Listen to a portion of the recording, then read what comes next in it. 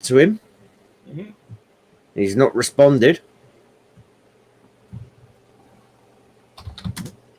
Hello, everyone. This is Dave March, the Spy Guy, and my co-host, Kev the Orc, and I want to welcome Matthew Coburn to the chat.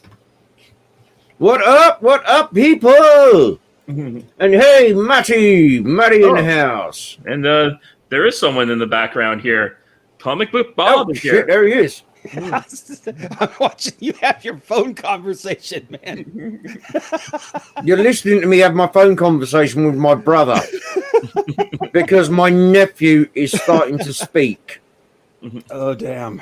Mm-hmm. Yeah. Like that conversation out of context was hilarious, man. Yeah. Yeah. Well, it's very short between me and my brother normally. It's like, what the fuck?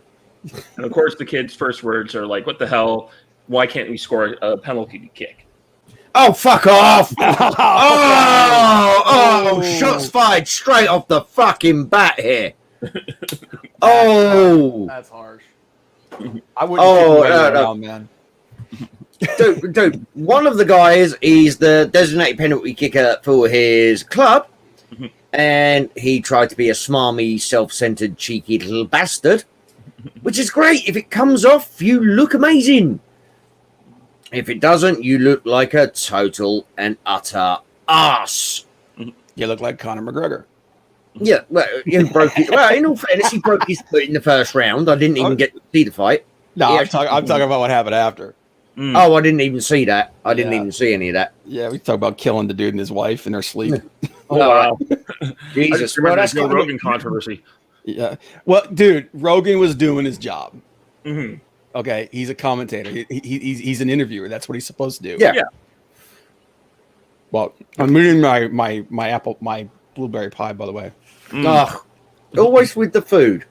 Although, hold on. You notice something, Bob? Either you're in a different office, or you have the day off. I am. I'm at home right now. Yeah, I damn. You normally get paid for doing this stuff. Yeah, which is more than I do. But yeah, I get to relax and have fun with this. Nice. This is a good topic this week, man. Yeah. Gene Hackman has been in freaking everything. Everything. Yeah. According to IMDb, 101 roles. Yeah, that's ridiculous, man. It's like guys like him and Christopher Lee, man. They've been in literally everything. Oh god, yeah. You don't get them anymore. Like Christopher Lee roles that are not Hammer Productions or something like that. That would cut down on it a lot. That's 70 titles gone right there. Yeah, out of like 130. Mm-hmm. Yeah, although Christopher Lee, who wouldn't pick Tolkien? Possibly. I mean, he's had some good ones, man. Oh yeah, but that's the potential for another show. Mm-hmm. Yeah. But no, welcome. Thank you for having me as always, Dave. You know, it's great to be here with you again. Yeah, it's great to be here with all of you guys. Yeah. Talking about our favorite stuff, the genre actors and genre movies, and all the other roles that kind of get lost in the world of Marvel and DC and Star Wars. We can talk about everything else that's going on in the world. Exactly. You know, there is more to movies than comic books. Mm-hmm. Surprisingly. Believe it or not. They just make the money at the moment. Well, sort of, kind of, at the moment. And also, before we go, Dave, mind if I have a quick word with Bob? Sure. Bob, thank you very much for showing up this week. When you did show up 2 weeks ago, and then you messaged me last week asking what time we were doing our bi-weekly show. I got my wires crossed. I thought we were supposed to go last Tuesday, but that's why I checked, man. I was like, hey, we're doing it Tuesday. Yeah, I know. I was quite impressed. I mean, I did message you on the day as well. Mm-hmm. But you're like me, you don't check things. I mean, like I have the Twitter, which is Orc says is my Twitter. Yeah, it doesn't help. It doesn't help that my phone doesn't like give me notifications and anything anymore. I don't even get phone calls anymore. Like people call me and I have to look and see, oh, someone called me like an hour ago. Dude, So, I get phone need a new calls. You were phone. listening in on one before we went live. But no, Well- my phone doesn't give me any notifications. I need to actually go onto my computer, one of my computers anyway, to check things like this. Yep. So, but you know, an orc's life, you know, I mean, it's amazing. You go to some of these villages, you can't get signal worth a shit. Mhm.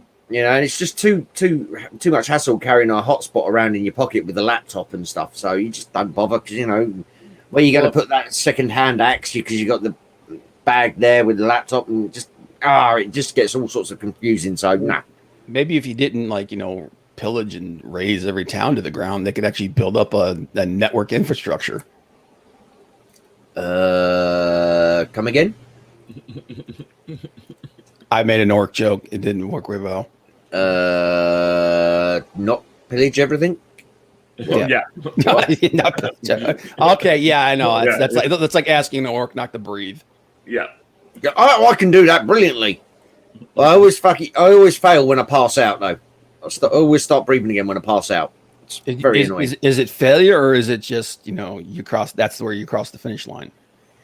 Yeah, well, nobody said stop, so I'm calling it a failure.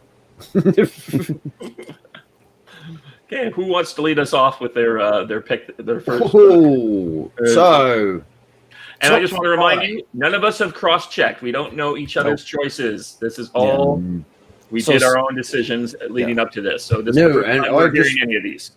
And I just realised something here. If I pick that screen up quickly, sorry. Why don't you two go ahead first? Sorry, I'm gonna. I haven't released this on the Twitterverse yet. Okay. You Go go ahead. No, you can go ahead, man. That way we'll just go across the board. Yeah. Okay. So my first number 5, he starred in a lot of different lawyer movies over the years, and one of the movies I chose as my number 5 is I thought would be the representation of this one, and this movie is not one that I watched a lot as a kid, watching things like on the Movie Network here in Canada, but this movie is called Class Action, and it's a movie where he's playing the older lawyer with a daughter who's on the other side in a class action lawsuit, and he comes in as like one of these brilliant lawyers who's made a big deal for himself in the day, but maybe this is his last gasp at things, versus his daughter who's now defending the other side. Donald Sutherland is in this as the head bad guy lawyer on the of his daughter's boss, and you just get this a lot of like interesting relationship style stuff that have the drama going on with why the daughter and the father are clashing and different discussions about family life and all that. So there's a real great drama that's going on, but also it kind of gives you a different viewpoint on the legal strategy versus some of the other movies he's done, like The Firm or some of his other movies like that. The only other I was like, for me, it was like this or Narrow Margin. Okay, but I decided to go with this one because it's more of a legal drama versus Narrow Margin. It's a thriller. Yeah, and then the thing I liked about that movie too is that it was kind of like taking this idea of because his big thing was that he was like a big civil rights. Lawyer and everything, but then behind the scenes you find out that a lot of the stuff that he does is based on his ego. Like he has this super inflated ego, which is the reason why his daughter rejected his ideas so hardly, and she went more the corporate lawyer route, like the power lawyer, the professional lawyer, which is one of the big problems. It's like my favorite line in the entire movie is when they come in, they announce themselves, because they had the same last name, and he says, I'm trying to remember what his character's name was in that. It was something, Jedediah Ward. And then she announces herself as like such and such a ward. And the judge goes, well, you guys are going to have an interesting holiday, because it was like coming up to like Christmas time or something. And he's like, wow, it's going to be an interesting holiday in your house.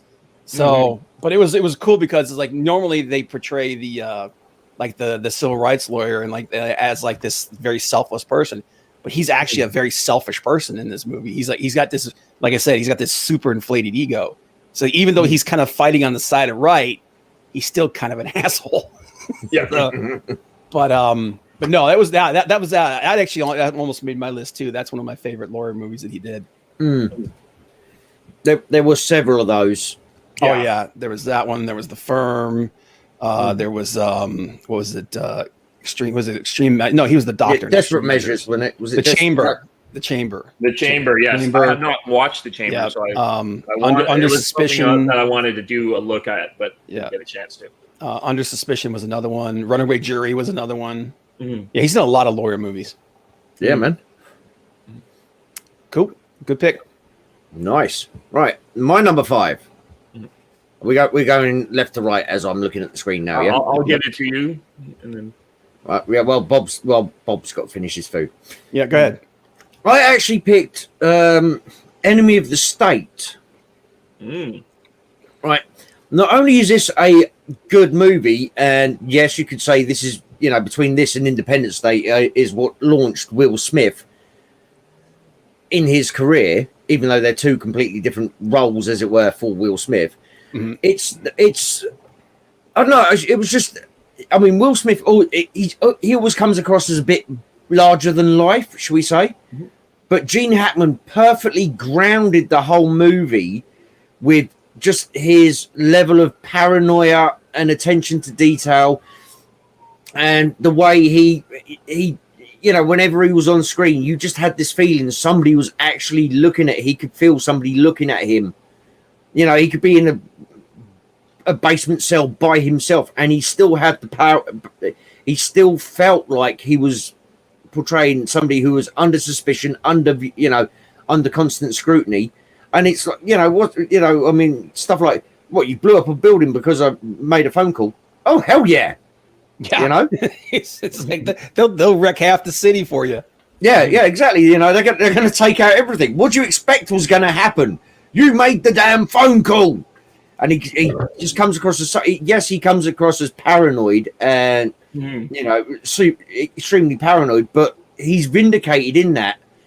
And also he comes across with, it's not meant to be humor, but the way he delivers some of his lines, just like, I knew that, you get the old man kind of going, I knew this was going to happen, kids today. Do you know what I mean? That feeling to it as well. Like he's been there and he's done it, or knows better than everybody else, but he knows there's no point in trying to explain it. You've got to experience it, Right. So, I don't know. It just, Enemy of the State would not be the film it was if Will Smith did not have Gene Hackman to play off for chunks of that movie.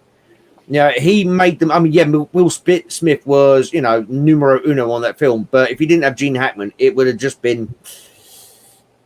Oh, that's one of the keys of many of the Gene Hackman's best work is that he's usually playing off another actor. Yes, the duopoly of the Gene Hackman role with someone else is usually the strengths of the film. And in all of his past movies, man, he's always had such an amazing cast. Yeah. Oh God, that supports him. Like that's one of the things I actually wrote down as I was going back through and like, well, he knows how to pick him. Yeah, this dude's like everybody that this guy guest stars with is like a murderer's row, man. Yeah. Oh God, yeah. It's like the DC villains of who you want to work with, Yeah. It's amazing. So, and he always seems to bring out the best in every actor he has around him. Yeah, he's launched a lot of careers, man. Right? Oh God, yeah. Like, you were just talking like that movie was one of the movies that really kind of solidified Will Smith as being a big time dramatic actor. Mm-hmm. Exactly. It's people, after we've finished our discussion, not now. Don't go away from this video. Yeah. But afterwards, you just go through his IMDb. Mm-hmm. And I'll guarantee you there'll be 20, 30 films you go, I like that film. And you won't realize he's in them. I was even making choices in the middle of our discussion. It's like, exactly. I sort of discussed this with Chris, and I think I've changed my list about 1 million times since then. Yeah. And to be honest with you, I was a little bit drunk, funny that, when I was talking about it with Chris, but I think I've pretty much gone round circle, and I'm close to what I originally started with. there's just so much. I mean, I've got some honorable mentions as well. I'm going to bring up just before the end, but I was kind of like, yeah, but no, I'll take this one out. I'll go to this one. But if I take that one out, I can have this. If I get rid of this one, I can have this one. So, Yeah. It's just, and like I said, this was one of those ones where it was hard to kind of narrow it down. Oh yeah. But and actually, now that the guys who is it? Matthew, in the chat here, he dropped a couple of them. I was like, oh yeah, yeah. There's I forgot about loose cannons. Like that's that was definitely like I was trying to decide what would be my perfect comedian one. I decided to go one that was more for type for me. But I definitely have a comedy on his list of movies. Hey, welcome to the chat there, Job Diaz. It's great to see you. Oh, Job's cool, man. Job's a good man. Yep. Matthew, I'm liking that list. Yep. I'm not going to say anything else about it. But Bob, what's your number 5? Okay, so these are actually not in any particular order, like best to worst, but these are just the ones that I think are like the best 5.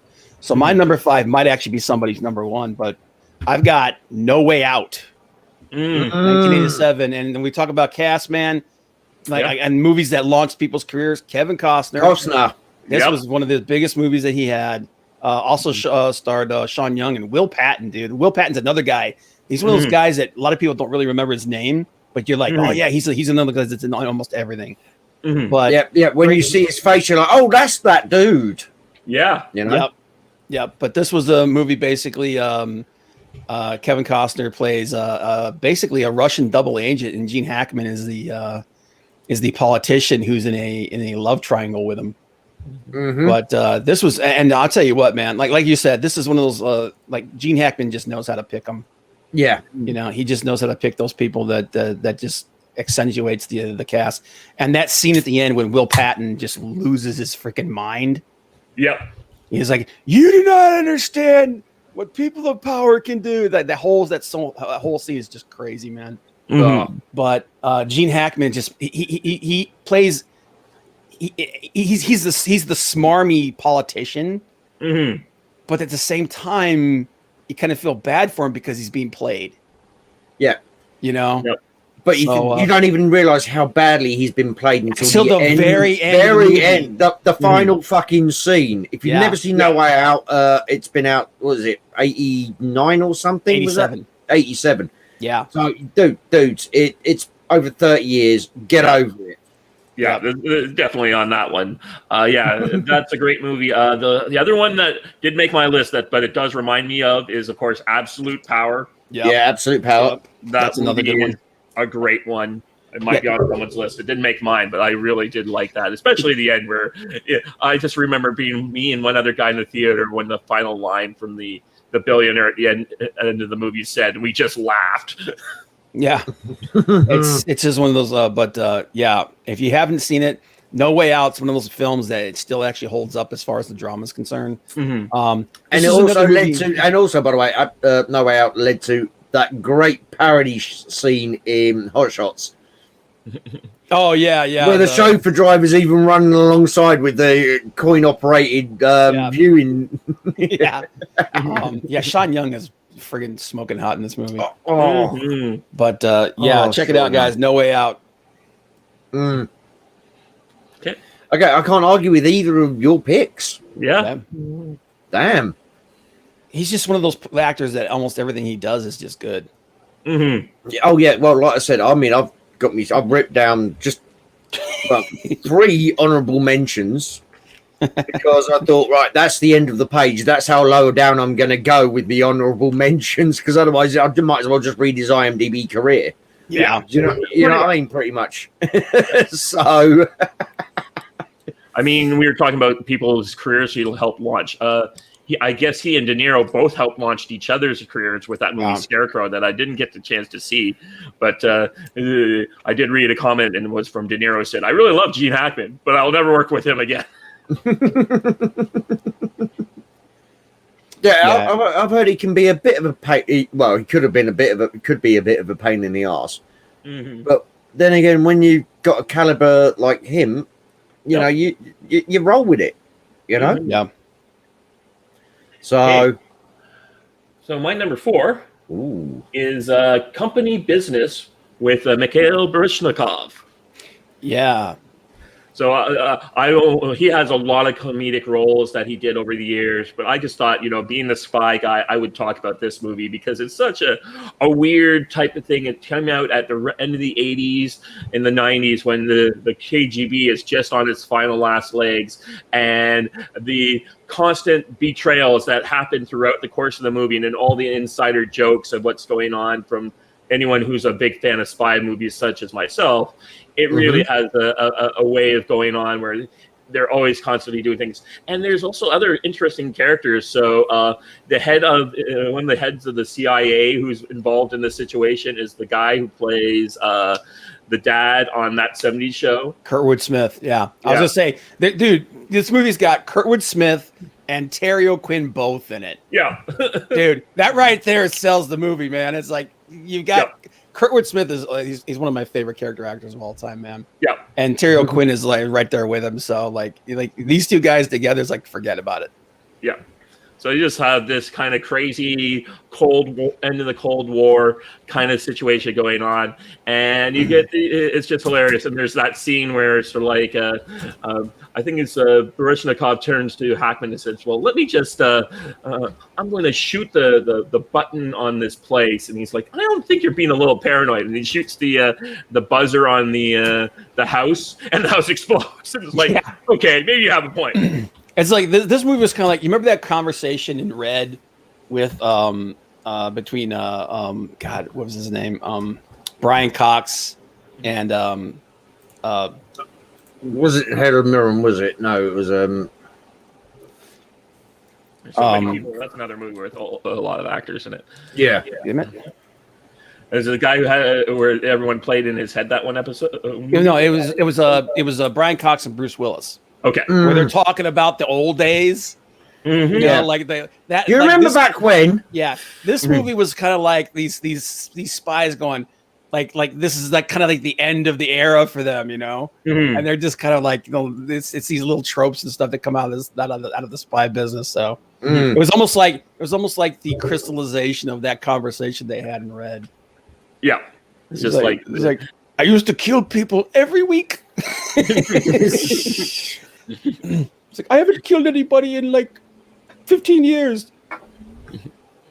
But no, that's a funny one, man. I miss it. Yep. It's like I was like, oh no, remember it was in James Coburn in God dang it, my brain doesn't want to work. It was another Bruce Willis movie. Hudson Hawk. He's like, I missed the Cold War. Yeah. And that's an underrated movie, by the way, guys. Yes. That's a seriously there was an invention there was something invented whilst you were banged up. It's called a watch. Yeah. So I have to say, Hudson Hawk, I think, was a bit of a Bruce Willis ego thing because he was doing the music thing on the side as well at the time. So he wanted to highlight his singing skills. Oh yeah, it's such a good movie though, man. It's that final number with him and Diane Aiello. Oh yeah. It's like when he does the theft and he falls off the back of the truck or something and lands perfectly in time for his date, and he's like, "Yeah, and can I get ketchup?" And just as the waiter walks up, he's like, "Ketchup, ketchup! Goddamn Americans, everything with ketchup!" Yeah, he orders everything perfectly, and then he adds the bottle of ketchup at the end. Yeah, exactly. And he walks off and goes, "The Americans always with the ketchup," and he brings it like a bottle of wine afterwards. Then he drapes it over his arm and says, "Does the ketchup meet your specification?" Something like that. He's like, "Would this be fine for you, sir?" He's like, "Your ketchup, sir." He's just dripping with freaking venom, with hate. Yeah, your ketchup, sir. And he's holding it like a wine bottle. Yeah. Yeah, exactly. It's just, but no, folks. If you haven't seen that one, because that's what we're doing here. Yep. We're educating you on movies you might have missed. Right. Yep. But that's all dedicated to Steph the Alter Nerd, who has not watched any movies ever in her life. Yeah. One of these days, Spaceballs, which she hates. Oh my God! How do you he hates Spaceballs, man? That's not even humanly possible. Dude, it's up on Movie World, or at least the video was up on Movie World. Well, we'll definitely have to do that. Is one of the future episodes I want to do is Mel Brooks movies that aren't Spaceballs. Oh my God, dude! Just everything he's ever done. Pretty much. Yeah, Jesus Christ. But all right, what's yours? What's your next one there, Kev? Oh, my number 4 pick. Probably a bit obvious, but it's the Birdcage. Yeah, Dude, he's so freaking funny in that. He's so perfect as he plays the straight man to Robin Williams, and I can't even remember Robin Williams' partner in what's his name? John Little or something like that. Was it? No, it wasn't Lovitz. No, not Lovitz. No, I can't remember. But he plays the perfect straight man to Robin Williams, and where his son's dating, he's the senator, he's got to be all, prim and proper. He's the ultra-conservative senator, yeah. Exactly, yeah. The ultra-conservative senator. Nathan Lane. Yeah, Nathan Lane. Was it Nathan? Yes, It is Nathan Lane. Because I pierced the toast. Yes. Men smear. Mm-hmm. But he is the perfect foil for them to play off of. Mm-hmm. Again, when we go back to what we said at the very beginning of this, the way he just elevates the cast and helps the cast around him. He was so perfectly cast as his son is dating the adopted daughter of, was she adopted? I can't remember if she was adopted or not. And they're and it's like, oh, what does he do for a living then? This father of he's in entertainment. Yeah. They're drag queens. The ultra conservative is, bear in mind I'm British, so the ultra conservative doesn't mean as much to me as it does to you. The thing I love is Robin Williams just goes full bore in this thing, man. Oh yeah, come on. He does look like a fucking orangutan when he's got the vest on, because he was a hairy dude. This is like that piece of stamp he did. It's like women would come up to him, throw a pen up, and says, "Don't wear fur." He's like, "Lady, it's me." Yeah.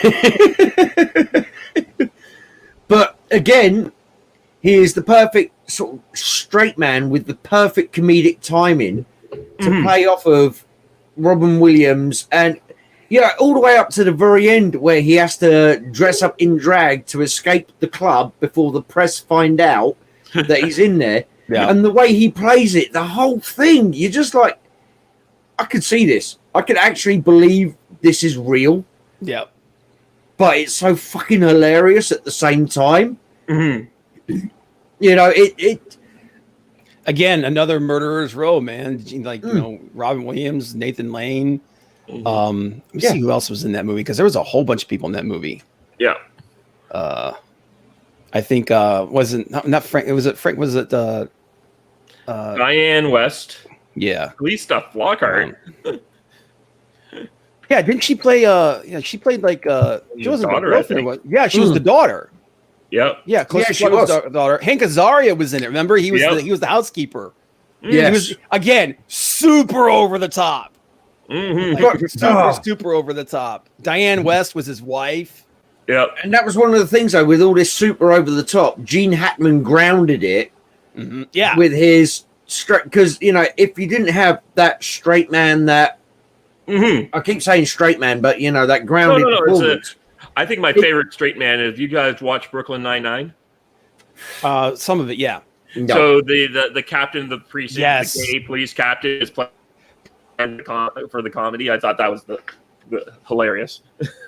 Yeah. What's that guy's name? Andre? No, not Andre. Not Terry Crews. Andre Brower. Yeah, Andre Brower. Yep. Yeah. But Terry Crews was on that show too. Yep. But dude, Andre Brower is one of those guys that when he plays like straight man, he's just like super dour, just like, and just it's if it were in real life, it would be that guy that sucks all the fun out of the room when he walks in. But because he's meant to be that way on the show, it just accentuates everything funny. Oh, of course. Like that was that one episode. He's like, I specifically ordered everybody to have a good time today. And by the way, before we go any further, Joe, I just want to point out that Job says if there's people here who haven't watched these movies, you're a beta nerd. No, Joe, that's not the way we're approaching this. We're approaching this from an educational standpoint. Right. A lot of, I mean, what are they, millennial, Gen Zers, people born in these 80s or what? I don't care. I'm 3,000-year-old orc, so bugger off. But, we're trying to educate people about past movies they might have missed. Yeah. Because they're too busy watching TikTok videos that last 2 minutes. And Joe, the fact that Nathan Lane looked like a bot, Joe, we know you're kidding. But the fact that Nathan Lane looked like a box troll, like you said, is what was so funny about the movie. Yeah, he's trying to present himself as like beautiful and feminine, and he's like completely not. No. He's been hit with every shovel on the fucking building site. Do you know what I mean? My favorite part was when he was trying to teach him how to be more butch. He was like, he was doing the thing. It was like, can you believe the game yesterday? It's like the 2 out of 3 outs. Guy steps to the plate, goes for a bunt instead of, and he goes, and Nathan goes, yes, I know. I felt, it's like I didn't know how to feel. I felt distressed, betrayed. And he goes, was it wrong? And Rob Williams goes, I don't know. Yeah, he's like, suddenly, hang on. He's like, I don't know. Think about this. But yeah, good movie, man. Yeah. But yeah. Next one up there, Bob. Oh, I'm up. That was Kev. That's right. I thought it was you. My next one up. And again, guys, I like these are like my five top ones. Yeah, not in any particular order. Number 4. Another great one, man. Unforgiven. Oh, Unforgiven. Again, another Murderers Row cast, man. Right. Clint Eastwood, Gene Hackman, Morgan Freeman, Richard Harris. I mean, holy crap, dude.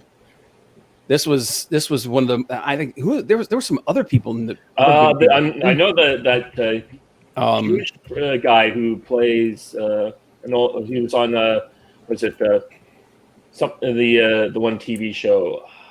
Richard Harris, Warehouse 13, the guy from Warehouse 13. Yeah, Paul Robinette. Yep. Oh, so yeah. The guy who played the scientist. He's a reporter. No. In Warehouse 13, he was the scientist. He was the guy that ran Warehouse 13. He's like the archivist. Yeah. But yeah, again, my God, dude, man. And do I really need to tell you what that movie was about? Basically, William Money, former killer for hire, comes out of retirement. Basically, Gene Hackman playing. It's one of those roles where he's trying to come off as being the law and order guy, but really he's just basically a demagogue.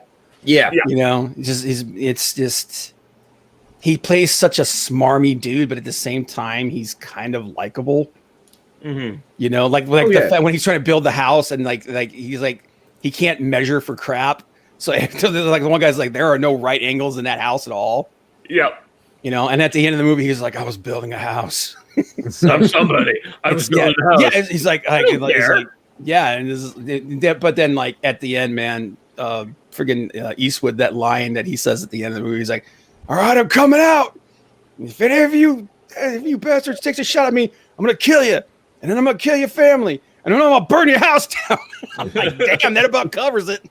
Yep, that does. No, he left out fucking the horse.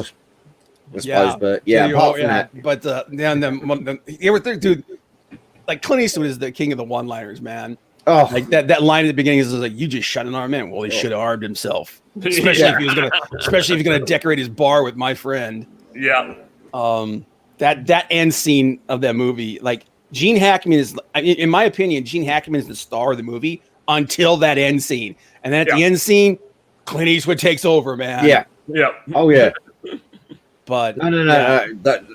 Well, I'll get into a little bit of that later. Yeah, such a good movie, man. And Morgan Freeman gives a really great performance, but it's a very understated performance. Yeah, subdued. Yeah, and it worked. And I think it was done intentionally because again, you got such a Murderers Row cast of guys here that you don't want one overshadowing the other. No. Especially when the main characters are these are the main characters, so these guys can't overshadow them, but they come in and they just throw those acting chops right at the screen. Yeah. English Bob. Yep. God, man. Friggin' Richard Harris is English Bob. He's like, you're a bunch of savages. when they beat the crap out of him. Oh my God, Gene Hackman played such a great villain in this movie. Oh yeah. No. Well, we say Gene Hackman played a great villain in this movie. Gene Hackman, I mean, to be honest with you, this would have probably been easier if we had done top 5 worst Gene Hackman performances. What is the worst performance we've ever done? Exactly. We just come on air and we just talk about England missing fucking 3 penalties. Maybe 2 hours. Yeah, maybe the 5 seconds that he's in Twilight. Oh, fuck off. If you put that in your list, Bob. No. I think you're thinking of the. Sorry, are you thinking the same Twilight I'm thinking of? Yeah, the one with Paul Newman and Susan Sarandon. I like that movie. I just didn't think it was a great Gene Hackman movie. That's what I'm saying. It's still a good movie. It's a Paul Newman movie. It's probably the lowest of his movies. No, the lowest movie of his is Superman 4. Yeah, but you know what? He's great as Lex Luthor, but the thing is, he's great. His part in Superman 4, though, was a throwaway part, and it was actually taken from pieces that were actually meant for Superman 2. Mm-hmm. So, I mean, Superman 4 was a movie that was so cobbled together, it was ridiculous. Yeah. Oh, wouldn't they use a shit ton of shoots from Superman 2 and Superman 3 and coupled to splice it together? Yeah, they slapped them together, yeah. Which is why the effects look completely different in various shots, even when they change cameras, because you have person A talking to person B, and person A talks, and then it cuts to a reel that was recorded 8 years ago. Yeah, it's a terrible film, man. It's an absolutely terrible film, but it's not because of him. Yeah. No. Well, luckily, it's not on our list. No. But there you go, man. Unforgiven. Mm-hmm. Oh, that was nice for a number 4. Mm-hmm. Okay. So it comes back to my number 3. I'm hemming and hawing on this one, but you know what? We already kind of had a lawyer movie, so I am going to move away from it. And I'm going to go with my original number 3, The Package, where Gene Hackman is playing this soldier who ends up, it's the end of the Cold War once again. There is a peace treaty between the Soviets and the Americans coming down, and there is a conspiracy to stop this treaty from happening. And Gene Hackman stumbles in under one assassination that to where he ends up having to take what's called a package, which consists of Tommy Lee Jones, another one of the great rogues gallery, to America, where Tommy Lee Jones escapes. And there's all this attempts to make a fall guy, and it looks like there's going to be another JFK level assassination. And I do believe his wife is his ex-wife is Sigourney Weaver, isn't it? No, it wasn't. Shit, what was her name? Joanna. Joanna. What's her last name? Joanna Cassidy. Yeah, I think so. Yeah, okay. The package. I'm looking it up. Yep, Joanna Cassidy. Yeah. Oh, so crap, it's one of those women. Some of these women in the 80s start to blur, unfortunately, when you watch some of the movies. I forgot. Well, no, they start to blur when you pause the VHS so many times. Oh yeah. Yeah. Some people know what I mean. She was an absolute gorgeous woman, man. Mm-hmm. I forgot Pam Grier was in that movie, man. Yep. Pam Grier and Dennis Franz, man. Yeah, Dennis Franz in an actual movie role. What was the character he played in NYPD Blue? Yep. What was the character he played? I can't remember. Oh, he was the slightly racist friggin' detective. Yeah, and who by the end of the show is not racist anymore. Yeah, another one. Yeah, my mother saw it was hilarious because that was when the standards on late night TV were changing, so you could have a bit more nudity. And there's a scene where he gets in with his girlfriend into the shower, and my mom's like, "This is very interesting to watch." Dennis Franz being a sex symbol. Yeah, Dennis Franz. Like, I think the last movie that I remember him being in was it City of Angels? Yep. With Nicolas Cage and Meg Ryan, where he was the former angel who had fallen decades ago and had a family and everything. Oh God! And then he got naked again. I was like, no, dude, I don't need to see that. He's like, because he's like, I can't hear that, but you can't feel this. And he jumped into the surf naked. I was like, bro, that was that period where for some reason they had a thing about showing old people naked. You know, because they did that movie with what's his name? Oh God. Well, you had Cocoon. There's a lot of naked, nearly nude. Yeah, old people in but, that. Yeah, but no, then it was with nude. it was with the chick from Misery. Mm. I can't remember. Oh, her name. Kathy Bates. Yeah, Yep. Kathy Bates and Jack Nicholson. Oh wow! Oh, And where they had like a hot tub scene together. I was like, I didn't need to see that. I was like, when two beach balls collide. oh, dude, it was like two throw rugs having sex. It was like, ugh. Mm. But no, man, good. That's a good pick, man. The package. That was another one of those like back when the espionage films could be a little like the scope of it could be a little smaller. Mhm. You know what I mean? What you mean when what they call thrillers and espionage movies nowadays actually had some cognitive theories behind them, and they weren't, oh, I'm a spy, so this is a thriller / espionage movie. Now I'm going to kick the shit out of 25 people barehanded. Right. No. These were about subtlety. You know, to a point, you know, Well, until you get a naked 70-year-old on screen. But, you know what I'm saying? It was a more intimate. There were more intimate films. Mm-hmm. Yeah. You know what I mean? Yeah. They drew you in more. They didn't rely on spectacle. They relied on storytelling and acting rather than, okay, he's done a half decent job for 5 minutes here. Let's blow something up. Yeah. Just good pick, man. Good pick, man. Yeah. All right. The Orc. Who's next? Oh, the Orc. Oh, was this number 3, isn't this? This is number 3. Okay. Now, my last pick was the Birdcage. So I apologize for this. But my number 3 pick is The Replacements. There you go. Right. Yep. This is a very little known film, believe it or not. I mean, half the Americans I know don't even know it exists. Wow. Which Really? is shocking to me. Yeah, because and it's not big. People have not heard of this. You know, it across was the one of pond those or movies anything. that came out on one of those weekends where it kind of came and went, and then became a bit of a more of a DVD hit. Yeah. It gained some traction on the home market, and I think it's got a lot more now. But excuse me. Okay, the basic premise is not too dissimilar to what we had recently. In it's the what do they call them in Yankland? The NFL. The Scavs. Yeah. Yeah, the National Handball League. Yeah.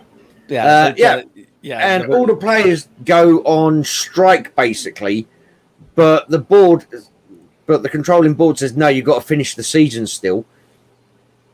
So Gene Hackman is the head coach, and he needs to recruit a group of a team. He needs to get a team together to finish the season. And one of the things which shocks me is how little when people say they'd never heard of this film. His star quarterback that he hires is none other than Keanu Reeves. Yep. Right. And this is when Keanu's little is not as big. So he's had the Matrixes, but he's kind of when he had that fade after the Matrix, I believe. Yeah, exactly. No, he had things like Point Blank before Point Blank. This actually came out during the Matrix films. This came out in 2000. He had Point Blank is shit speed beforehand. He had Matrix 1. I can't remember if it came out between Matrix 2 and 3 or 1 and 2. I can't remember. I think it came out right around the same time as Matrix 2, and then Matrix 3 came out after. Yeah, but so he hires fucking Keanu Reeves as his all-star quarterback, who's, if I remember correctly, he's working in a boatyard. And he's sort of like descales boats and stuff and shit like that. You know, and it's just like, what's his girlfriend? Oh shit, who's it? Oh god, is it Brooke Langton? Yeah, Brooke Langton is his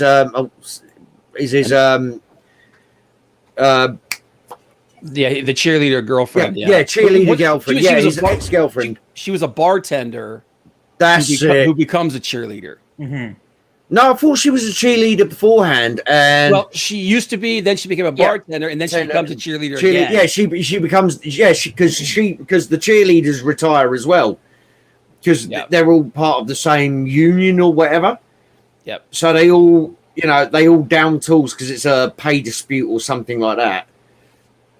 So they all down tools at the same time. So she gets hired in. She gets roped in to run the cheerleading side of things. So she recruits a whole new set of cheerleaders, and some of their cheers are the strippers. Yeah, because she hires a bunch of strippers as well. She recruits a bunch of strippers in there, and he has the whole typical misfit, shall we say, team of players that Gene Hackman recruits. There's the typical, stereotypical sumo guy who just eats all the eggs and then he ends up puking on the field because he's like, I'm not feeling so good. I've had too many eggs. And like, dude, we told you not to eat the second bowl. Yeah. There's Brooke Langton right there. I was wondering. Yeah. But yeah. Even to the point where you have Reese Iffens. Oh yeah. She can cheerlead me any day of the week. Right. Well, actually, fuck it. She can lead me anywhere. Never mind the cheering. But yeah, even to the point where you have Reese Iffens, who a lot of people don't really know. He's a pretty damn good actor, actually. A lot of fun. He's the guy that played the Lizard in Spider-Man, in the Amazing Spider-Man. Oh, okay. I only watched that film once, and I've tried to blot out most of it. He plays Dr. Lang. Oh, okay. Yep. And didn't he also in not Sherlock, but in Elementary, he plays Mycroft Holmes. I never watched those shows. Yeah, never watched it. Yeah, but no, yeah, I like him. He's good. What was that? What was that movie he was in with Julia Roberts, where he was like the guy's roommate? Oh, and he gets locked out, and like for some reason she becomes like he's the guy she's dating like a movie star. So like all this paparazzi starts coming around her house, and he's just like some slovenly dude, and he gets locked out in his underwear. And he's like he's eating what he thinks is yogurt, and he's like, I think this is sour cream. No, yeah, I'm sorry. Matthew Coburn says he was in Little Nicky as one of his brothers. Yes, he was. Yes, he was. But this is the kind of quality of play that Gene Hackman's recruited for his team. Mm-hmm. He's a Welsh soccer for all you Yankee people, and he walks out, and they're like, And the first scene you have of him actually on the pitch in a professional game, the commentators are talking about him. Like, yeah, he's a professional soccer player. We're not sure how he's going to kick the ball, but he's, and he hasn't played the game in 15 years, but I'm sure he's still a professional athlete. And they're talking like, he's like smoking. What's that in his hand? Is that a cigarette? And he's, oh no. I'm sure he's much more of a professional athlete than that. And he just goes. He's like, yep. And he just flicks it. And he just goes, right, let's have it, you bastards. And he just fucking lines up and punts it. Yeah, didn't his jersey too was like he did that thing where it was cutting off like above the stomach and his gut was hanging out. Yeah. All the way to the best wide receiver. It is wide receiver in American football, isn't it? Yeah. Yeah, it is the deaf guy. Oh God, I keep thinking it was Rob Lowe, but it's not Rob Lowe. I can't remember the dude's name. He looked a bit like him, didn't he? I think so. The only other guy I remember was Orlando Jones. Yeah. Oh yeah. No, he was funny as fuck. Yeah. He was the and John Favreau. John Favreau actually. Remember, John Favreau played the crazy cop. Did he play the? Oh God, Jerry did. He played the crazy cop. Oh, he's like, go get me the ball. I'm gonna get to the ball. I'm gonna get to the ball. Here's the ball. Here's the ball. He's like bashing these guys. He picks one dude up and he like suplexes him. and he runs over. He literally runs the sidewalk. Goes, "Here's the ball! I got the ball!" Yeah. Oh, that's great. Now, go get me another ball. Okay, I'll go get you another ball. I'll go get you another ball. I'll get you another ball. It was a nut. Oh, dude, man. Jon Favreau was a good actor, man. Oh, yeah. When he became a director. Oh, yeah. But no, that's like a great popcorn movie. Oh, that's why I had to go with 2 comedies on the spin, because my number 4 was Birdcage, and that I had to put down as number 3 because it's just so enjoyable. Unlike a lot of the big dramatic actors of the day that we now have, like he has 1/3 of his filmography is comedies. I mean, like we really have to talk about that, and we've had a number of people mentioning stuff in the chat. Like, there's just so many actors today who just won't do. They just get kind of into their one particular genre, and you never see them do anything else. Yeah. And it's great to see. You can over 100 movies. You get to do a lot of different movies. You can do whatever the fuck you want. Gene was a very prolific guy. Oh god, yeah. But oh hell yeah. But yeah. So anyway, that was my was it numero number 3? Okay. All right. So my number 3, again, another film with just a murderer's row of friggin' actors, man. Mississippi Burning. 1998. Yep. Oh my god, man. Let me pull up the cast. It's like the cast that I remember from the film. If this were a top 10 list, that would be in my 10. Yeah, oh yeah, that would be in the 10. But it's Hackman, William Dafoe, Brad Dourif, and Frances McDormand before she went crazy. But let me pull this up and see who has it. But basically, it's about three young civil rights guys. This is back during the was it the 60s, I think? Yeah. During the 60s, there was three young civil rights activists get murdered by the Klan, and a church gets burned down.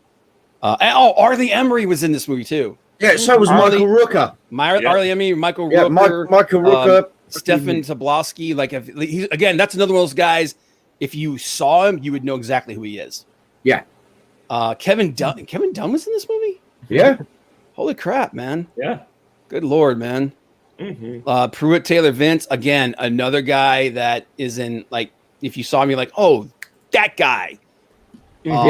But yeah, just such a great movie, man. Gene Hackman plays the much more worldly and the more street level guy to William Dafoe, who plays basically the straight laced FBI agent who's trying to establish law and order there. And then Frances McDormand plays the wife. Was she she's Brad Dourif's wife, right? And she's kind of like acting as an informant from inside the Klan. But snitches get stitches. Yeah, but oh man, the scene when he goes home, when they tell him you need to go home and take care of business. Yeah, and then that's when he realizes that his wife is snitching. Yep. And he goes and just friggin' beats the hell out of him. Oh yeah. And then Gene Hackman goes off. Yeah, that scene in the barbershop. Yep.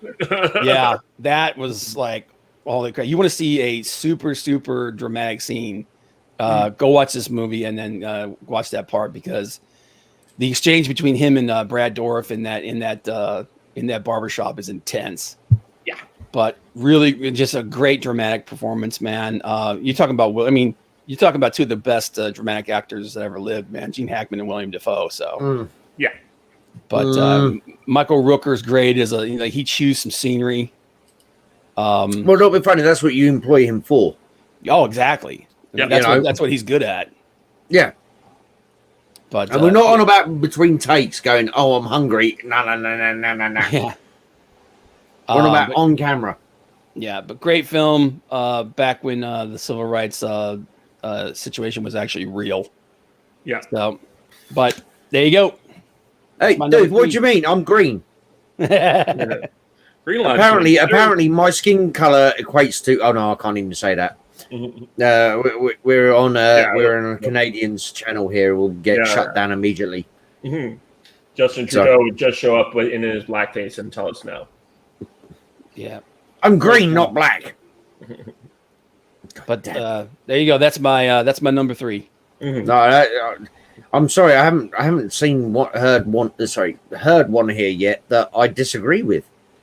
It's hard. It's hard to disagree with It's it. so Like I said, hard. Yeah, Gene Hackman it's so is one of the hard. greatest actors of his generation, man. So Yeah. there And you he go. doesn't get, and that's something that I kind of look back on it is he doesn't get that play from some of the other people who were the great actors of their generation. He is one of the greatest actors of his generation, but he doesn't have to go around telling everyone he's that. Yeah, Versus, and that's he's not those one are of the those guys best who always ones. had like 5 Oscar-nominated movie stuff when he. No, I think part of the reason he is one of the greatest actors is because he elevates everyone around him. Like I said before, you put him next to Joe Bloggs, who comes from a soap opera or something. I mean, stupid examples here, but you put him. The best one would screen. be from his last movie.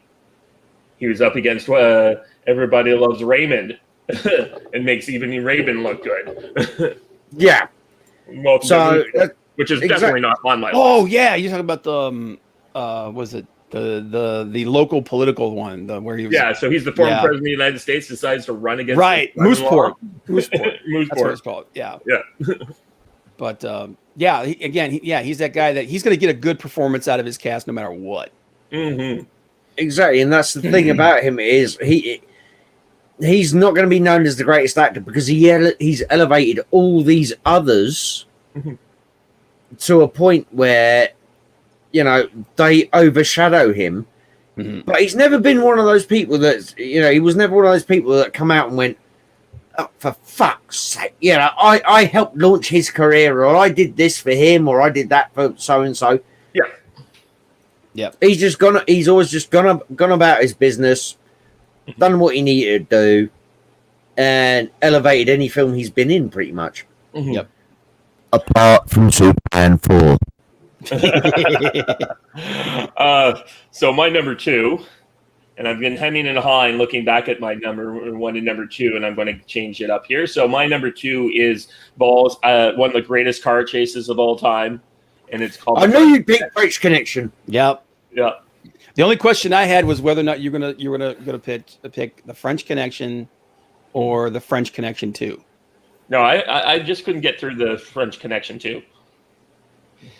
Yeah. But It was but no, yeah, it's great. That's a great pick, man. Yeah, it's just the you have that car chase, him and Roy Scheider chewing scenery with each other, two great at the prime of their life kind of guys who would later go on to bigger or unfortunately Roy Scheider kind of faded out as his years went on, but he was always giving great performances right till the end. But the two guys are there as the partners, and the scene where they're all just on the listening to the wiretap, and they're hearing a guy and his wife having an argument, and it just it really gave you it started that whole gritty police movement that we see in TV shows like The Shield and The Wire and all these other shows. The French Connection really was the first show that really showed you how police work actually was going on, instead of this highly dramatized a lot of it's boring as shit.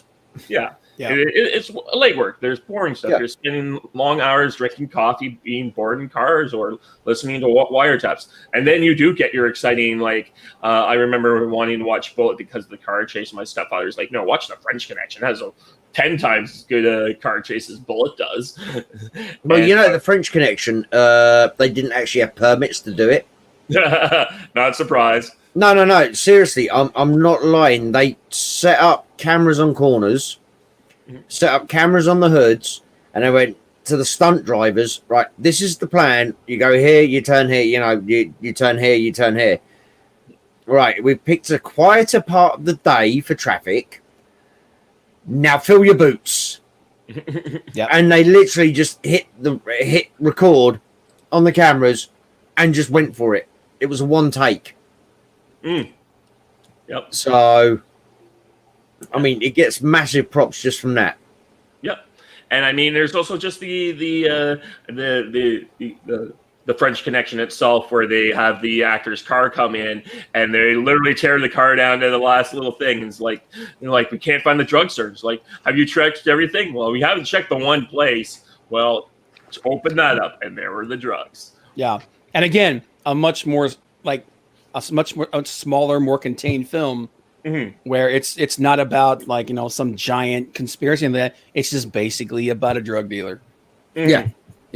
And the corruption that this drug dealer the influence this drug dealer has to basically, stymie the law. Because at the end, that's why I was asking you whether about French Connection 1 or 2, because even though French Connection 1 is a much better film, French Connection 2 has that frantic, like that constant cat and mouse game. It's just boom, boom, boom, boom, boom, boom, boom. It's like Popeye Doyle's like, I got you, and then he loses him, and then I got you, and then he loses him. And like the two of them playing off against each other. I can't remember the guy that plays the French drug dealer. I can't remember his name, but that scene at the end where he just waves to him as he's leaving. Yeah, that's like a freaking gut punch to the main character, though. But it's a great film. And I mean, it's based on a true story. Popeye Doyle is considered one of the greatest cops of the 70s and 80s. Yeah, and he ended up doing there are many several actors ended up playing him over the years, including Al Bundy in a pilot that didn't get going as a TV show. Yeah, wasn't it? No, that wasn't it was like a new version of Dragnet or something. Yeah, there was that as well. But yep, that's a good one. Shit. So what is it? My number 2 now? You're number 2, man. I have to go up against the French Connection. Oh, no, sorry. There's no scores here. This is just our educated guesses, opinions about what we think are the best movies. I went for my number 2 slot, Unforgiven, actually. And that's an interesting. Between the three of us, this is the first time we've done a cross connection of where we pick the movie. Sometimes we have that. I know that in our last stream where Kevin and I chose the same number 1 movie. Yes. But no, actually, hold on. No, didn't we do that for Rutger Hauer, Blood of Heroes, or Salute the Jugger? It was just like. We've done that before. We've done it on occasion, but here we have 100 movies and 15 slots between the three of us, and we're only now hitting our first cross connection. Yeah, that just shows you how prolific the guy is. So, no, this, like you say, Bob, this just shows the body of work this man has done. Yeah, crazy. So, and Unforgiven. Again, it's just, but I mean, it's already been said, but it's just the way he doesn't carry the movie, because with that cast, he doesn't. You don't need to carry a movie, but he just comes across as the ultimate screen presence up until the last 5 minutes.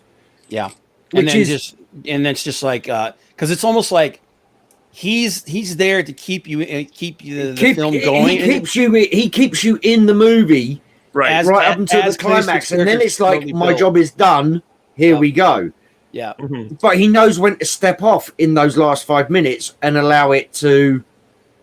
Yeah, the last 5 minutes. Yeah, the last 5 minutes it becomes the Clint Eastwood show. Yeah, but it's he's almost there to be the catalyst for Clint Eastwood's character to. I guess devolve back into the person he used to be. Yeah. Which is just like, I'm gonna freaking kill everybody. Everybody is going to die. Yeah. By the way, I'm not telling you which village that'll be tomorrow. But it's easier if I don't, promote it in advance. But he even has there's even like I said, like in that, there's even comedic moments with him. Yeah.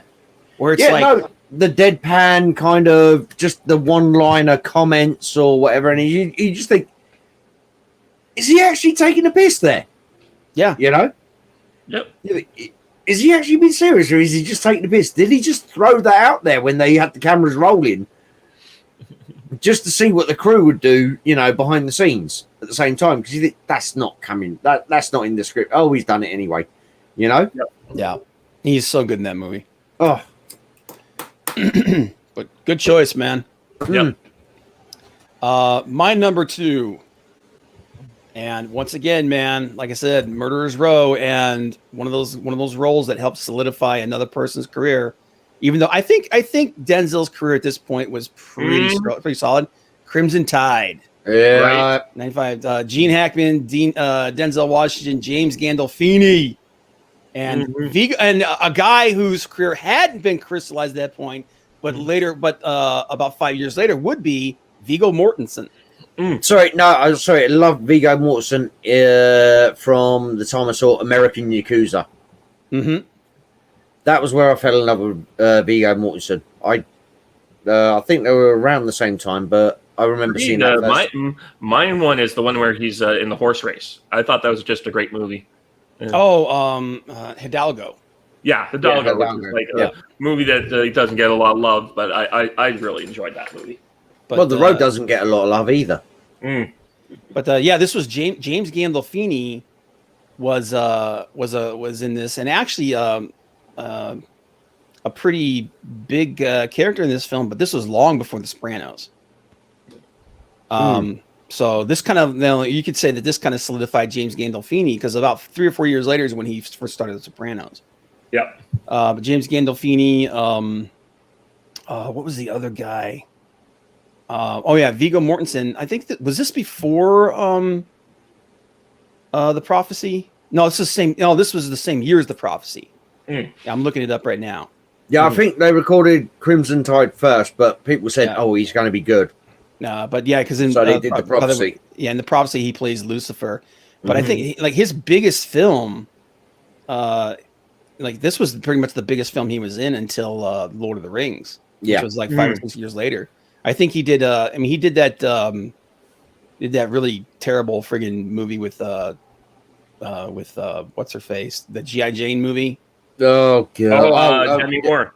It was G.I. Jane with Demi Moore, where he was the drill instructor. Yeah, he's the drill. He was the Navy SEAL drill instructor. Which G.I. Jane is an army term. G.I. Joe is an army term, and they use that in the Navy, which is like stupid, but. Again, this was a movie where, like, I mean, not being funny, I like parts of the G.I. Jane movie. The whole fact that they didn't spare her anything just because she's a woman, and you know, apart from little bits like they give her the little step up to get over the wall, and she's like, "No, fuck that," you know. And so you think, okay, fair enough, but it's like, right, the bit that really sold him to me in the G.I. Jane movie is when they're doing their final test, as it were, and they get captured. And he's like, right, the guys know what they're in for, but what do you think you're in for? Yeah. And he's about to try and grape her, basically, you know. And he's threatening, and you know, it's just like, wow, he's been a real nasty bastard here, isn't he? Yeah. Yeah. And it was just like Crimson Tide.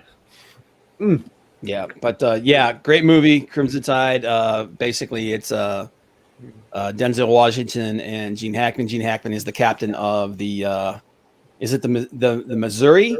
Yeah, Missouri. Yeah, the USS Missouri, which is a nuclear sub. There is a situation. This is back when the Soviet Union was beginning to dissolve. You had these Baltic states that were kind of going a little crazy. Laying claim to everything, and one of these crazy would-be dictators gets his hands on some nuclear weapons, and during a time when the Missouri is running silent, they get orders to basically fire on this location, but then another message starts to come in, but they get cut off before they could finish it. So there comes down this big fight between Denzel Washington and Gene Hackman about what they should do. Right. And there's Gene Hackman kind of, they're both basically by the end of the movie, they're both right and they're both wrong. Right. Because Gene Hackman is doing exactly what he's supposed to do by the letter. Orders. Yeah. By his orders. But then also Denzel Washington is like, well, wait a minute, we're about to launch nukes on we're about to change the entire world here. We need to confirm this message. Yeah. So there's this big back and forth between them. There's a mutiny, and then there's a counter mutiny, and it's a great film, man. It's a really good film. And what helps as well is it's so intense because it's claustrophobic too. Yeah, it's in the sub, so it's not like you can run away. Yeah, my favorite thing is actually did a consulting on an early treatment of the movie. Yeah. But the cool thing about them too is like me being a comic book guy. There's that big argument about Silver Surfer about whose Silver Surfer is the best. Is it Ditko's Silver Surfer or is it Mobius's Silver Surfer?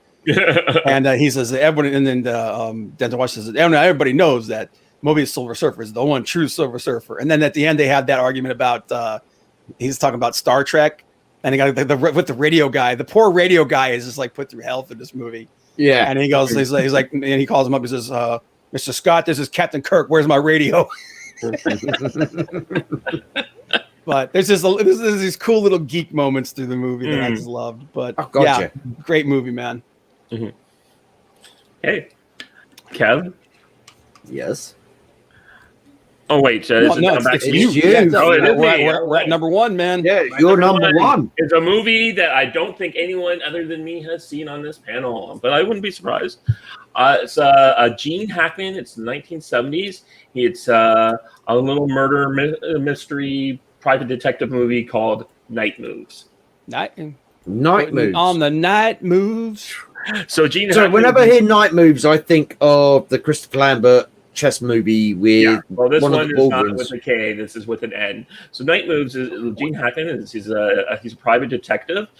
He's an ex-football player, and I think this particular character that he's playing has been made into several different movies. I think he's based on a popular series of novels. Wait. This is the one. This is the one where he's looking for the guy's daughter, right? Right. Okay. Correct me if I'm wrong. You're wrong. James Woods is in this movie as one of the guys that kidnapped her. And Melanie this is like Melanie Griffin's first movie, right? She plays the daughter, right? I'll double check on who's the daughter in this. I think that was her first movie. I vaguely remember this movie. Like you're gonna have to remind me about it. Melanie Griffith is that, and there's like Melanie Griffith. This was like her first movie, wasn't it? It's one of them. Okay. Dude, you digging way back. Yeah, I think this is one of the movies my dad made me watch. This is fucking like deep cuts here. Yeah. 5 years ago, I went on a major Gene Hackman kick and just tried to watch as many movies over the course of a couple of weeks as possible. And I watched this movie, and it's considered certainly one of my favorites of his. It's this developed genre murder mystery type thing. He's hired by this aging actress to find her stepdaughter, tracks her down, and then gets involved in sort of like all sorts of like little criminal activity as he runs into her, finds out she hasn't really been kidnapped. Right. There's all this other stuff that's happening. And one of my best favorite parts of this movie is at the very beginning, there is a scene that that seems kind of inconsequential, but is the final when you watch the end of the movie, and it's a major payoff. And it's like set up. You don't think it's a big deal, and then when you get to the end, when he's in the fight with the guy on the plane, and you find out what's going on, you're like, oh, that was a great setup. And it's just great acting by Gene Hackman, and an obscure little movie. It's a personal favorite of mine. It's certainly one of my favorite noir movies. I'm also a big noir fan. Yeah, and so my number one was Night Moves. I'm gonna have to go back and watch that again. I vaguely remember that. Like his character's kind of like the down on his luck loser kind of. Yeah, he's a little bit.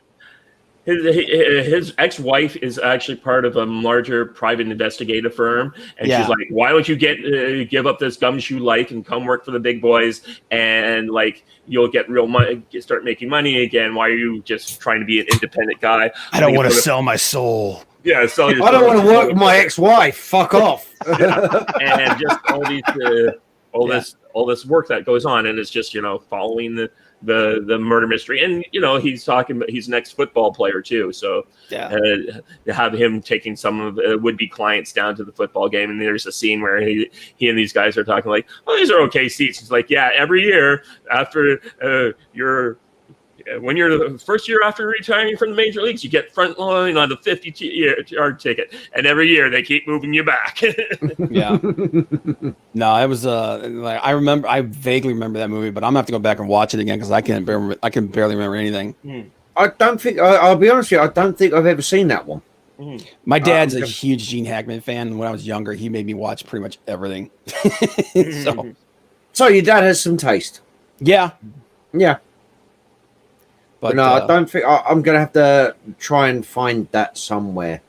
Yeah, he was nominated for a BAFTA award. Yeah. That meant something. Yeah, I think that came out quite a bit after. Yeah, because French Connection was like early 70s. That was like mid 70s, right? Yeah, like 70, 75. Okay, 75, 76. Yeah. Mm. Damn. Sliv. Mm-hmm. Okay. So Sorry. I'm looking at a post that someone said. Right. So this is the number 1 pick. Yes. Mm-hmm. Yep. No. Just warming myself up for this one. Hold on. Strongbow. Oh, that went down the wrong hole, but I can manage. Right. My number 1 pick is Bat 2-1. Yes, sir. Yeah, that's a good movie. You know what? We're gonna circumvent mine because that's my number 1. Oh, okay. Damn. Such a great cast, man. Yeah. Oh, fucking. What? No, it's a great premise as well. What is it? It's the last year of the Vietnam War. I mean, part of the problem with this movie was you had so many Vietnam movies coming out at the same time. Right. They kind of overshadowed, your Platoons, your Platoons, your Full Metal Jackets overshadowed your Hamburger Hills and what have you. And Hamburger Hill, by the way, people, is an awesome movie. Yep. But set during the last year of the Vietnam War, and he's a desk jockey, basically. If you want to get technical with it, he's a fucking desk jockey, and they're gonna do, what is it, a major bombing run? They're gonna launch an all-out offensive in this area. He's flying. He's actually just flying through. He's like a courier. Yeah, he's just an observer. He's kind of just he's not a courier. He's a scout, shall we say? Right. But for somehow he's not supposed to like this area he's going through is going to get carpet bombed at like X number of hours ahead. Yeah, but he's supposed to be scouting out the location to make sure of it, if I remember correctly. Yeah, but he's like super high out there, but somehow they shoot him down. Yeah. Well, no, I think when there's something to do with a mountain or something, or a hill or something, Yeah. Get to the good parts of the movie. Don't worry about the minutia, guys. Yeah. Right. Basically, he's shot down, and he's an older gentleman at this stage, shall we say? I mean, yes, I wouldn't call him old compared to me, or not Bob either. No, he was younger than Bob at this stage. But he's shot down, and he's obviously behind enemy lines. I'll get to that comment in a second. And he needs to find a way to escape. But the whole thing from away from them. But the whole thing is, he's been a desk jockey all his life. He's never been on, boots on the ground. He's never been in the mud. And it's partly him. Part of it is the way he changes his personality through the movie, as he's forced to deal with certain things, like the first time he has to kill when he has to kill somebody or whatever. And if you can compare it as well in slight bits to Die Hard, because in Die Hard, John McClane's there on his own, surrounded by the enemy. Gene Hackman's surrounded by the enemy on the ground, and it's Danny Glover, if I remember correctly. Yep. He's basically, he becomes his handler because he's the first person that picks up his signal. Right. So he's the only person he trusts. And that it gets to the point where he starts trying to use his brain, because he's been trained for analytical studies and stuff like that. And he combines it with his love of golf, if I remember correctly. Yeah, there's like they so it's like we need to get to the 18th hole, but hole 9 is like a par 4 or whatever. You know what I mean? They start using golfing terminology as coding. Yeah. because and they know shit. because they know that They're listening in, Vietcong are yeah. listening. Yeah, they're listening in. Yeah, it's not like these days where you'd have a direct satellite connection, so nobody would, point to point. Mhm. You're broadcasting it over the airwaves, Mhm. So hold on one sec. Yeah, it's the Batu-1's such a great movie, man. It's, 'cause Yeah. it's like you said, comparing it to Die Hard is actually a really good comparison. Yeah. because Yeah. it's almost the film is almost entirely just Gene Hackman and Danny Glover. Exactly. Right. Whereas Die Hard, yeah, you've got your bad guys that pop up and do your little bits. Same as where, in Bat, you've got the, and it's not Bat 21, it's Bat 21. Batu-1, yeah. People call it Bat 21. Yeah. I've been guilty of that on occasion, but it's Bat 21. And it's just, I don't know, it's the way he, like I say, it's his progression through, and you can see the emotional bond as well. Kind of like Die Hard, but they go harder with it in Bat 2-1 than they do in Die Hard. Between Gene Hackman and Danny Glover, with this radio operator is given, is trying to save his life, in there they got a real connection to the point where, excuse me, Danny Glover goes against orders and tries to save his fucking life. Mm-hmm. Yeah. Because he's a helicopter pilot himself. He goes in and tries to fucking save him. And they don't, and they never met through the whole thing to the very end of the show, the end of the movie. Die Hard? Yeah, it's such a good movie, man. And and again, it's one of those movies where Gene Hackman just his character work is unparalleled, man. Exactly. So give us a couple, because this is your number one as well. So come on. Yeah. Yeah, no, you do like that comparison you made. I was actually kind of racking my brain trying to think of something like to compare how the relationship between these guys develops, where they go from complete strangers to like Danny Glover's like buddies. Danny Glover's like, I'm gonna risk my life to save this guy. Yeah. Like, even though his commanding officer is telling him just forget it, it's over. Fuck it, Let it go. it's done. The bombs are coming in. Yeah, which was it? Jerry Lynn, by the way. Was it Jerry Lynn? Yep, it's Jerry Lynn plays Right. his commanding officer. Mhm. But Danny Glover, and again, it's almost like Unforgiven, where it's the Gene Hackman show all the way through, and then right at the very end, it turns into the Danny Glover show. Right. Yeah. Danny Glover's the guy that comes in and just basically saves his life. And Gene Hackman, like I say, he's an older guy. He's playing an older guy. He is slightly older guy. And it's like you said, he's almost like an office guy. Like, he's not. Yeah, no, he is. He is. He's a data analyst. Yeah, he's not super in shape. Yeah, he's not super in shape. He's not like an uber soldier, but he's smart. And between the two of them, they're able to figure out a way for him to get through this, basically just completely surrounded by the enemy. Yeah. And it's just such a Jerry Reed. Yeah. Even to the point where, what is it? They tried to do a botched rescue attempt, so they kill a load of the fucking. So they kill some American POWs that the Viet Cong have in the movie. In the movie, they kill some Viet Cong. The Viet Cong kill some American POWs in the movie.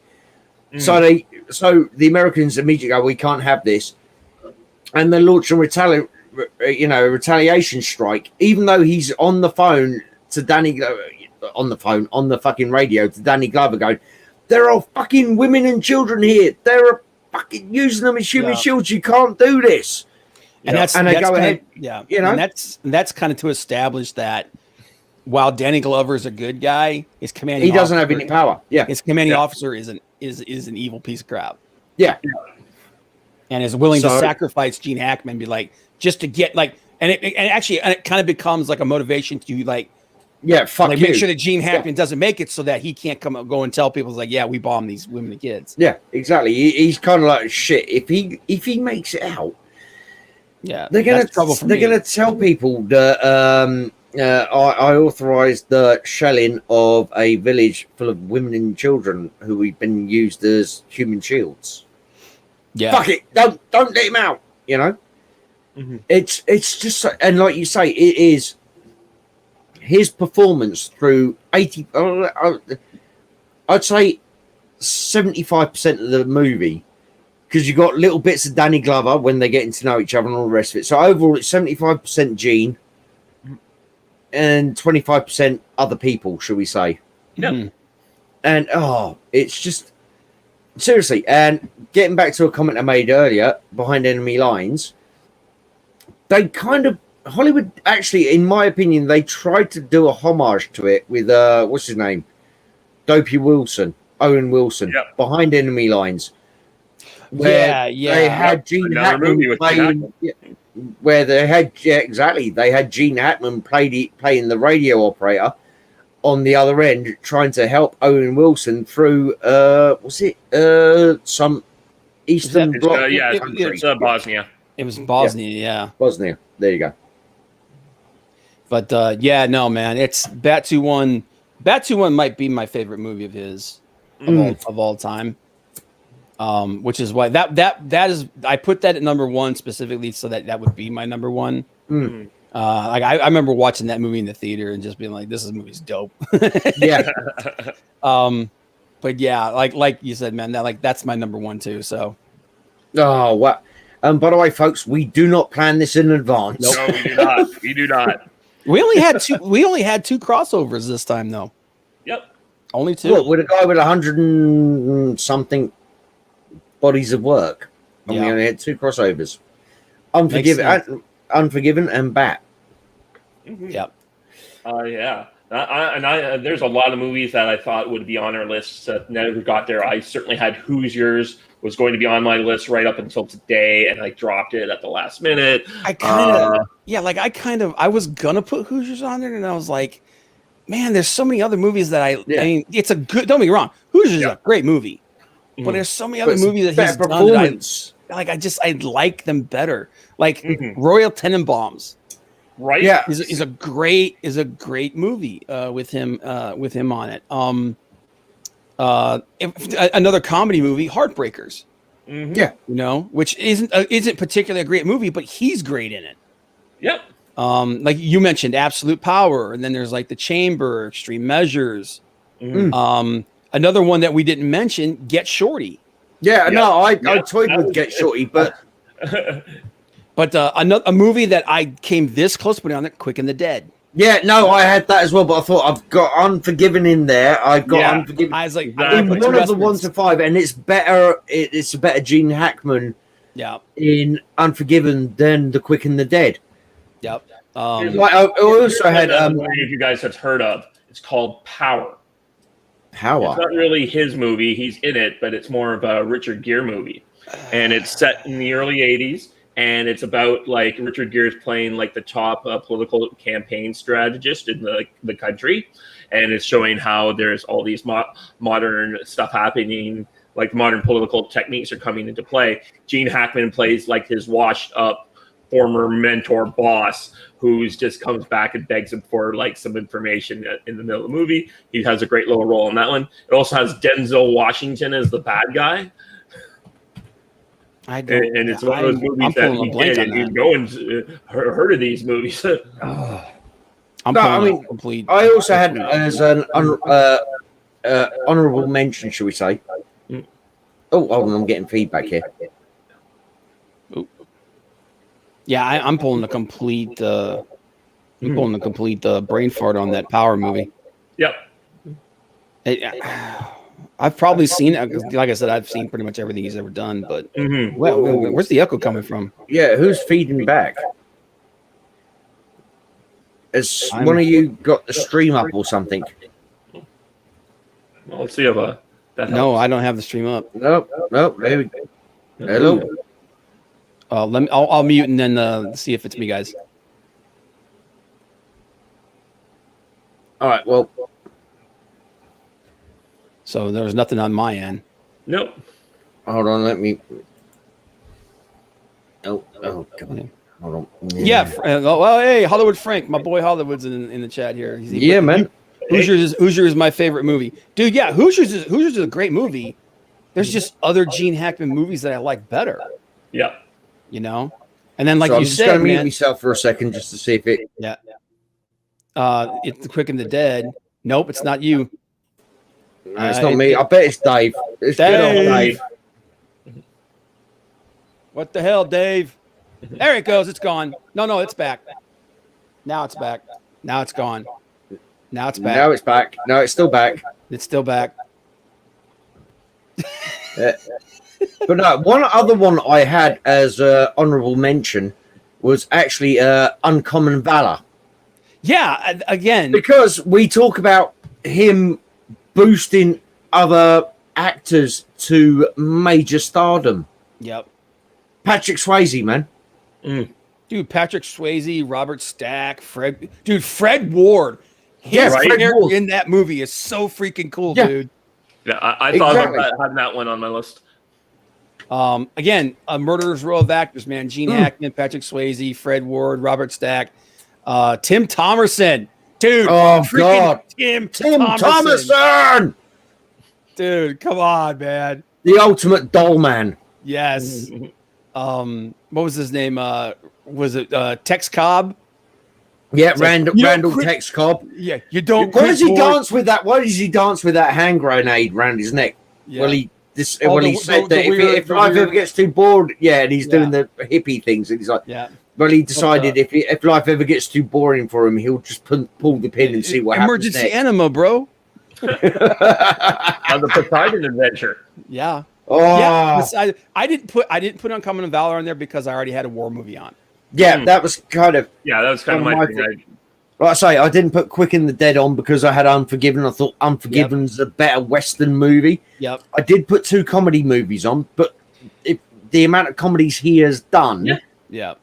We You know, of course had loose cannons, even though it was mentioned a lot in the chat. Yes. One that I did want to mention a bit was Under Suspicion, which I think is another one of those movies that has kind of gone under the radar. It's got Morgan Freeman and Thomas Jane as 2 cops investigating the rape of a little girl, and they put Gene Hackman and his wife under the microscope, and it just goes to show you how truly unreliable eyewitness testimony can be. And, Oh God, dude! or the confession itself. No, And eyewitness testimony is the most unreliable thing on in a criminal investigation. Yep. And yet, it's the thing that people rely on. It's like no. And there's one of the reasons why I mentioned it is I watched this law stream with these lawyers, and they always talk about Under Suspicion as the movie that you need to watch to understand exactly what's happening when the cops have arrested you and what they're going to do to you to try and get you to confess. Well, I mean, another movie. I mean, not with Gene Hackman, but another movie about eyewitness testimony, shall we say, and how it changes, is Courage Under Fire. Yeah. Mm-hmm. Right, if you watch that with Denzel Washington, who we've mentioned, you got Matt Damon, Meg Ryan, Not John Leguizamo, Lou Diamond Phillips. Yeah, Lou Diamond Phillips. That's it. Thank you. And it's their eyewitness testimony about her getting the Medal of Honor, and their stories keep changing because they're eyewitness. They're witnesses to this fact, and yet they keep changing their stories and adding bits and embellishing. Eyewitnesses. And that's a great movie, by the way. Courage Under Fire. Yeah. It really shows the power of the human mind to buy into things, even though and state things, even though they're not true, should we say, or you come to believe they are true, should we say? Yeah, it's like I said, man. We could just sit here and talk all day about. Oh, Gene God. Hackman's Hey, movies, and Johnny Cage has just shown up as well. Hey, What up? Johnny Cage. This is another orc zone, by the way. Yes, there are orcs everywhere. But yeah, it's just such a good movie, man. But those are our top 5 guys. This was I mean, I'm shocked we managed to actually pick a couple of the same ones, to be honest with you. Yeah, yep. Especially me and you, Bob. Bat 2-1. I almost did it wrong. It's Bat 2-1 as our number 1 picks. I'm shocked at that. Yep. No, it was like I said, like you said, man.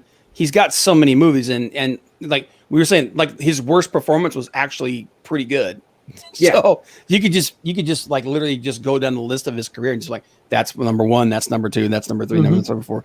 And we had to like kind of hedge our picks with like, well, we've already got like, what's his best military movies, and we'll take the other ones and we won't put those in. Yeah. Right. So great film. Just one of the best ever, man. And when that guy goes, it's gonna suck. Yeah. Oh God. Yeah. And like I say, I mean, Behind Enemy Lines was, I call it a homage to Bat 2-1 because I had Gene Hackman there. Otherwise, I'd call it a very bland movie. And everyone, and we're not the only ones that made that comparison when that movie came out. That's exactly what everybody said. Yeah. This is Bat 2. This is Bat 2-1. He just switched roles. This is Bat 2 1.1. Yeah. But yeah, so I mean, he gives a great performance in Behind Enemy Lines. Yep. But again, you just think, really? So you give it, you go with it as a homage, and you enjoy it a lot more than you think they're ripping this off. Pretty much. I mean, whereas, for example, Get Carter, great Michael Caine movie. Right. Then Stallone did Get Carter 2000 because for about 4 films they thought, putting the millennium in the title will be good. And they had Michael Caine show up in it in the cameo role, and everybody was just like, no, it's fucking shit. Mm-hmm. At least Behind Enemy Lines felt like more of a homage to Bat 2-1. Right. Yep. I also remember when I went to see that movie in the theater. It was when the new stereo systems were coming into play for movies, and the Dolby, effects of the tank firing in the theater was incredible. And it was that and the Miami Vice movie. Those 2 movies just like elevated gunfire and sound effects in movie theaters to the max, to the next level. Yeah, and you just can't get into it because you're just suddenly deafened, and then when they're talking, you're like, what was that? Well, for me, I didn't really have that problem, but it was just more like that. Like the sound effects are like, oh my God, wow, you're like, I'm ducking in the chair trying to not get shot. But what are we doing for our next one in 2 weeks' time? By the way, guys, everybody who's watching right now, sorry, let me just do this, by the way. Yep. Everybody who's watching, subscribe to the Spy Guys channel. Especially you, Johnny Cage.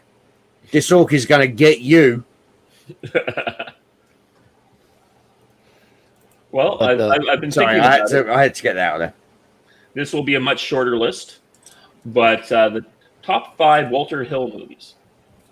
That's not a bad one. Someone in the chat actually had a good one since Richard Donner just passed. Like best Richard Donner films that aren't Superman. Yeah, perfect. We just did Superman, but yeah, that's a great one. Why don't we do that one? Top 5 Richard Donner movies that aren't Superman. Because I was looking at people were doing some of the memories, and I'm like, that was a Richard Donner movie. That was a Richard Donner movie. Yeah, exactly right. So yeah.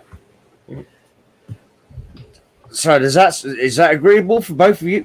Yeah. Bob, you're going to be here in 2 weeks' time, not 3. Yep. Not 3. No, I will. You're not going to be bothering me next week asking if we're going live. No problem. But all right, that sounds good. All right, that sounds cool to me. Richard Donner. Yep. Perfect. Oh, I wonder what we're all going to pick as the same number 1. Goonies never say die. Yeah. He said, see, the thing is, he's got movies that people don't remember. Showing up and joining us as we talked about some of our favorite movies, and we'll see you in 2 weeks to talk again about some of our favorite movies. Yeah, man. Thanks for coming by. Bye-bye. Letters, peeps.